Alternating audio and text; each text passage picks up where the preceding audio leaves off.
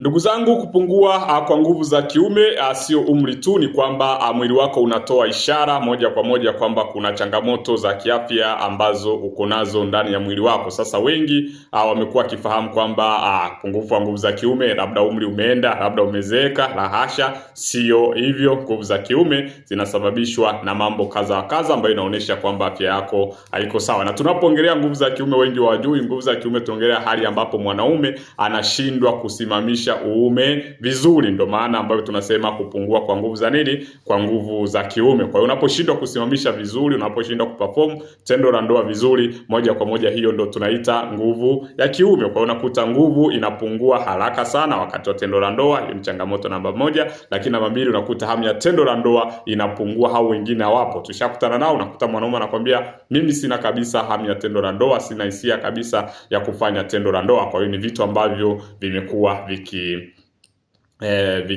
vikiendelea. Kwa hiyo ukiona dalili hizo, basi jua kwamba kuna upungufu wa nguvu za kiume. Sasa hapa nitaelezea sababu zinazopelekea nguvu za kiume kuweza kupungua, nitaelezea dalili, lakini pia na namna ya kuondokana na changamoto hiyo. Nikumbushe, kama ni mara ya kwanza kufuatilia channel yetu, basi usahau kusubscribe na comment ili uweze kuwa mtu wa kwanza kupata dondoo za kiafya tunazozituma kila siku. Ingawa kuna mambo machache ambayo niyaongelee hapa kuhusiana na masuala ya kiume. Masuala ya kiume wengi wamekuwa kituuliza, kuna maswali kadha wa kadha kabla sijaangalia sababu, kwa sababu wengi bado wamekuwa kichanganya. Kwanza ni issue ya kama kuna namna ambavyo unaweza ukaongeza maumbile. Hiyo ni jambo namba moja ambao wanaume huwa wanauliza. Lakini jambo namba mbili, wanauliza kupata namna ya kupata tiba ambayo mtu anaweza kashiriki tendo la ndoa zaidi ya dakika 30 mpaka 45. Ni moja ya jambo linalokuwa linachanganya wanaume. Lakini namba tatu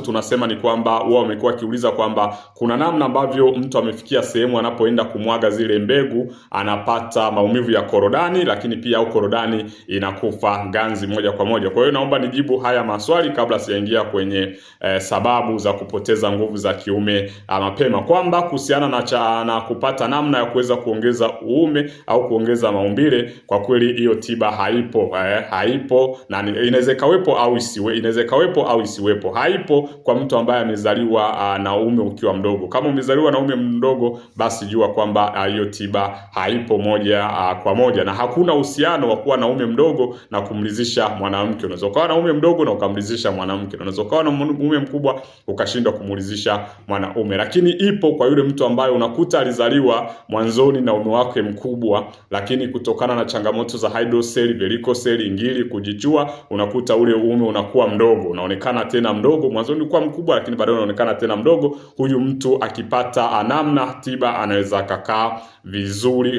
Na hapo sasa ndio hivyo. Sasa wewe mwenyewe tuwekeje? Sasa tuweke ni kwamba imeongeza au imeimarisha kitu kilichokuwepo na kilipotea. Kwa hiyo ndio namna ambavyo iko namna hiyo. Kwa hiyo usihangaike sana, jiangalie. Ndio maana hata sisi kwetu huwa tunatoa tiba ya kunyoosha uume bure kabisa, inakuwepo kwa watu ambao wako namna hiyo. Lakini namba mbili, namna ya kupata tiba ya kuanzia dakika 45 mpaka 50, wengi wamekuwa wakiuliza. Ila ndugu yangu, nipende kukumbusha kama unashiriki tendo la ndoa kwa kuanzia dakika 5 mpaka 10, acha kujistretisha, acha kumpliketisha maisha. Wewe uko okay kabisa. Acha kumpliketisha maisha ndani ya dakika 45 na huko, hizo ni tunasema hizo ni nyongeza. Sawa, acha kukompliketisha maisha. Kama unatembea 5 mpaka 10, kiafya hiyo iko okay kabisa, usiwe na stresi yoyote. Lakini pia kuna wanaume wale ambao wakati wa kumwaga wanapata maumivu makali ya korodani na inakufa ganzi. Unapata maumivu ya korodani au pengine inakufa ganzi.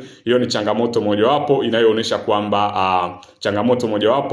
kwamba moja kwa moja una changamoto ya varicocele. Varicocele ni misuli kwenye uume au mishipa kwenye uume au kwenye korodani haifanyi kazi vizuri, damu haitembei vizuri, ndio maana unapata maumivu au unakufa ganzi. Nimeamua kuongelea hivyo vitu kwa sababu wengi mmekuwa mkituuliza mara kwa mara. Sasa kama uko hapo, basi hayo ndo majibu sahihi ya hayo maswali ambayo umekuwa ukijiuliza. Sasa twende moja kwa moja tuangalie sababu zinazopelekea upotevu wa nguvu za kiume mapema sana. Namba moja ni msongo wa mawazo ambayo tunasema ni stress. Jamani, tendo la ndoa liko hapa.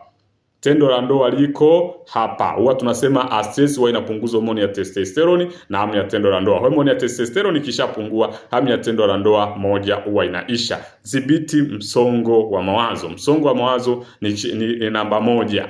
Sawa, ndio maana hata kama ukiwa unashiriki tendo la ndoa ukishaanza kuwaza tu, unapoanza kuhamisha akili tu, basi unakuta hata hamu ya tendo la ndoa inakata kabisa. Kwa hiyo msongo wa mawazo aka stress ni changamoto namba moja. Namba mbili ni kisukari. Wenye changamoto ya kisukari huwa inaharibu mishipa ya damu na neva zinazosababisha kusisimua uume. Kuna watu mna changamoto za kisukari, unakuta mtu changamoto ya kisukari lakini bado anapambana kutafuta tiba za nguvu za kiume. Ndugu yangu, kama una kisukari inaharibu neva, kisukari inaharibu misuli, kisukari inaharibu mishipa ya damu ambayo ina supply damu kwenye uume. Kwa hiyo unakuta hata nguvu za kijinsia moja kwa moja zinashuka. Lakini pia namba tatu tunasema ni pressure ya damu. Pressure ya damu hupunguza mtiririko wa damu kwenye uume, na ili uume uweze kusimama vizuri unahitaji blood circulation iweze kuwa vizuri. Sasa tunapoongelea mishipa pressure ni mishipa ya damu inakuwa na shida. Nimeshasema kama unataka kutibu pressure, jambo la kwanza unalotakiwa kutibu ni kutibu mishipa. Ndio maana kuna watu wanatumia tiba muda mrefu sana hawapati matokeo.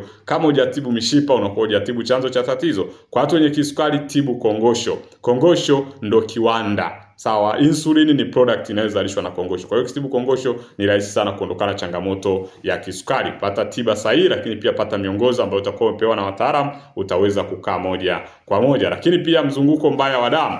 Uume unahitaji damu ya kutosha ili uweze kusimama barabara, uweze kusimama vizuri. Moja ya jambo ambalo linasababisha uume usimame vizuri, uume usimame barabara, tunasema ni mtiririko mzuri wa damu. Sasa damu ikishatiririka vizuri, kishakuwepo mtiririko mzuri wa damu, basi jua kwamba uume wako utasimama barabara. Sasa kukosekana kwa mtiririko mzuri wa damu kwenye uume, moja ni changamoto kubwa. Ndio maana hata magonjwa tuliyoyaongelea ndio yale yanayoathiri mtiririko mzuri wa damu moja kwa moja. Kupungua homoni ya testosterone, hiyo ni dhahiri shahiri. Homoni ya testosterone ndio ikishapungua inasababisha hamu kupungua, inasababisha nguvu kupungua, lakini pia inasababisha uchovu wa mara kwa mara. Kwa hiyo hakikisha homoni yako ya testosterone iko vizuri. Pata usingizi wa kutosha, basi kula lishe ambayo ni nzuri kabisa, fanya mazoezi, utaweza kuimarisha homoni yako ya testosterone moja kwa moja. Homoni ya testosterone ikishayumba, homoni ya testosterone ikishafeli, ndugu yangu mwanaume, unakuwa umefeli kikubwa zaidi. Lakini pia unene kupita kiasi. Unapokuwa na kitambi,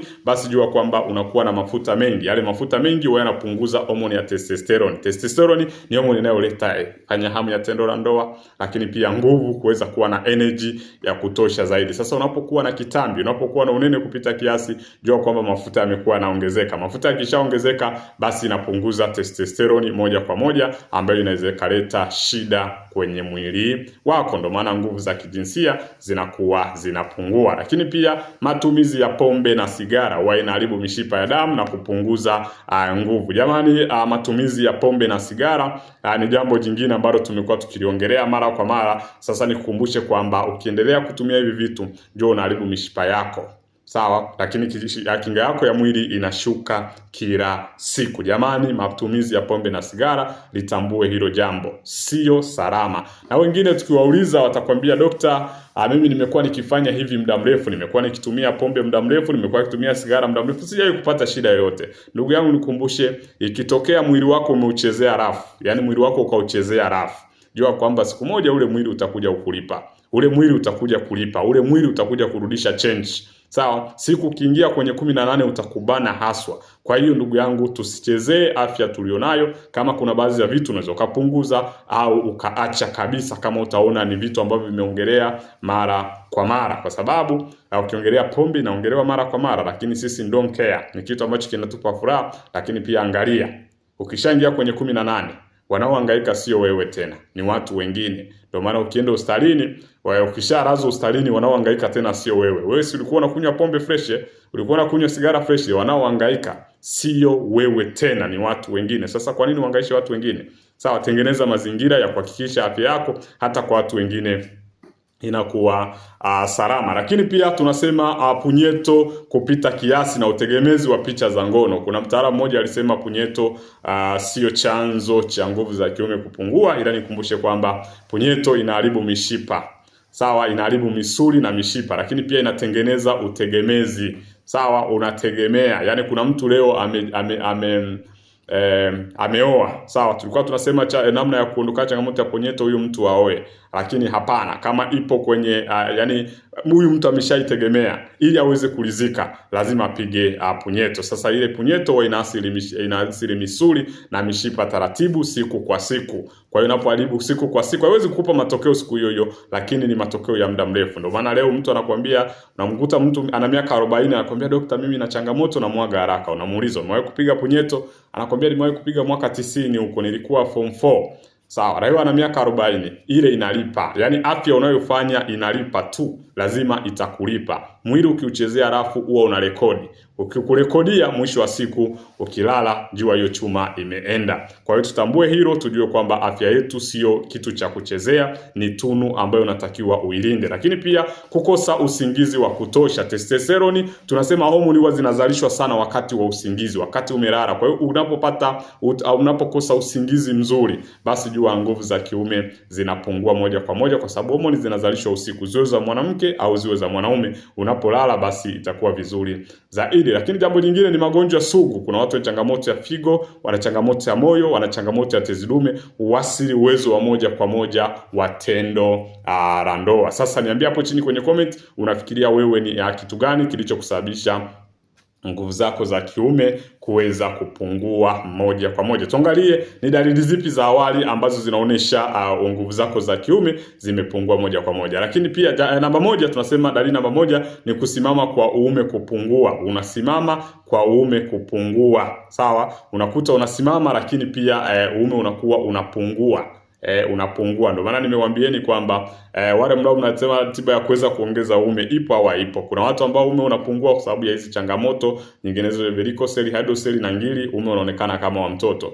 Lakini pia hamu ya tendo la ndoa kupungua. Unapoona hamu ya tendo la ndoa kupungua, huna hisia, basi jua nguvu zako za kiume pia zimeanza kushuka. Lakini kuchoka haraka wakati wa tendo la ndoa, unakuta unaenda kimoja chali, unaenda kimoja unalala kabisa, hiyo ni dalili mojawapo ya kwamba nguvu pia zinapungua. Sawa, tukwambii kwamba uunganishe, sio, hatuna maana hiyo. Lakini pia kushindwa kurudia tendo, unakuta unapiga kimoja basi kurudia tendo haiwezekani, basi unajua kwamba ni hamu ya tendo la ndoa inaweza kupungua. Sasa jinsi gani ya kurekebisha hii kitu unafanyaje? Cha kwanza, fanya mazoezi mara kwa mara. Mazoezi yanaongeza stamina. Hilo ndio jambo ambalo unatakiwa ulifahamu, kwamba mazoezi yanaongeza stamina. Cha kwanza. Cha pili, punguza kitambi. Kama una uzito mkubwa, anza program za kupunguza uzito ili uzito wako uweze kupungua, ili uweze kukaa vizuri. Acha sigara na pombe. Sigara inaharibu mishipa moja kwa moja ya damu. Kwa hiyo mzunguko wa damu unapungua, lakini pia yenyewe inashusha kinga ya mwili na inaongeza sumu nyingi mwilini. Kwa hiyo cha kwanza, acha sigara, acha na pombe kabisa. Lala usingizi wa kutosha. Pata muda wa kusinzia. Na ukipata muda wa kusinzia au kisinzia, homoni ya testosterone inatengenezwa zaidi unapokuwa umesinzia. Kwa hiyo pata muda mzuri wa kuweza kusinzia, itakusaidia kiafya. Lakini pia tunasema punguza msongo wa mawazo. Stress, tendo la ndoa liko hapa kichwani. Ikitokea mtu anakuwa na changamoto, anawaza stress, anawaza madeni, anawaza vitu vingi, anawaza familia na nini, ada, kila kitu anawaza. Ndugu yangu, kuna namna ambavyo inapunguza ile nguvu za kiume moja kwa moja. Lakini pia angalia changamoto ya sukari.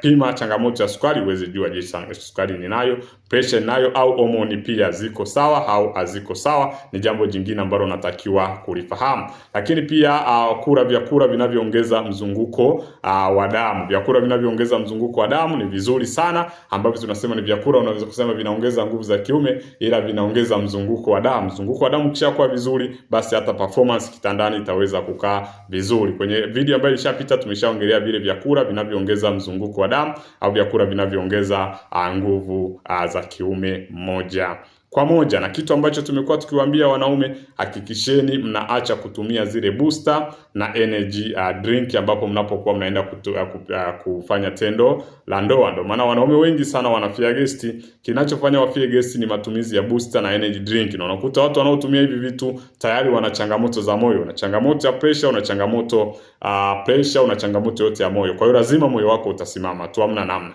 Kwa hiyo tutakupoteza. Acheni kutumia hivi vitu. Energy drink booster, ni hatari kwa afya yako. Kama ni mara ya kwanza kufuatia channel yetu, basi usahau kusubscribe na comment ili uweze kuwa mtu wa kwanza kupata dondoo za kiafya tunazozituma kila siku. Kama una changamoto yote ya kiafya, unahitaji ushauri, JWS Herbal Clinic tuko hapa kuhakikisha tunakupa ushauri bora ambao utakusaidia kuondoka hapo ulipo. Kama una changamoto ya kiafya, tuambie pia hapo chini kwenye comment. Usisahau kushare video hii ili tuweze kuwafikia watu wengi zaidi. Karibu na Mungu apate kuwabariki.